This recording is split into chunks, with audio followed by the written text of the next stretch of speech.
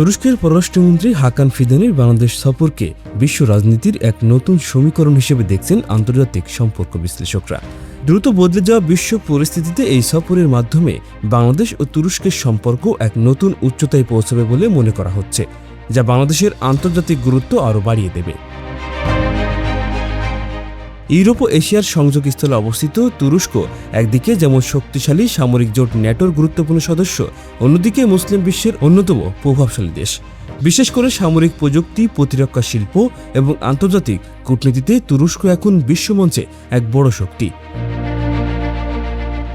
3 দিনের সফরে গত বৃহস্পতিবার রাতে বাংলাদেশে এসেছেন তুরস্কের পররাষ্ট্রমন্ত্রী হাকান ফিদান।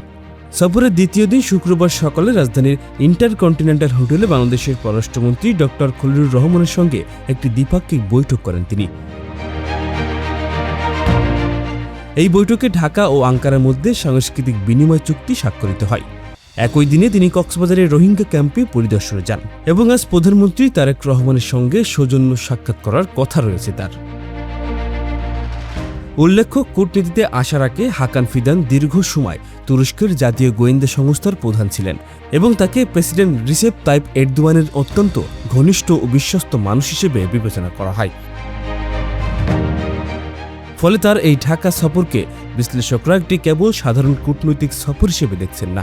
বিশ্লেষকদের মতে এই সফরের মাধ্যমে দুই দেশের মধ্যে প্রতিরক্ষা সহযোগিতা, নিরাপত্তা সক্ষমতা বৃদ্ধি, আধুনিক প্রযুক্তি স্থানান্তর এবং ব্যবসা বাণিজ্যের পরিধি আরও বাড়ানোর বড় সুযোগ তৈরি হয়েছে। ন্যাটোভুক্ত একটি প্রভাবশালী দেশের সঙ্গে গভীর সম্পর্ক বাংলাদেশের আন্তর্জাতিক অবস্থানকে আরও শক্তিশালী করবে।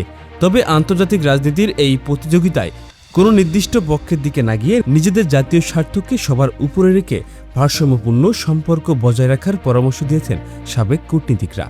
তারা বলছেন, সঠিক রাজনৈতিক কৌশল ও বিচক্ষণ কূটনীতি ব্যবহার করতে পারলে দক্ষিণ এশিয়ার চলমান রাজনৈতিক পরিবর্তনে বাংলাদেশ অনেক দূর এগিয়ে যেতে পারবে।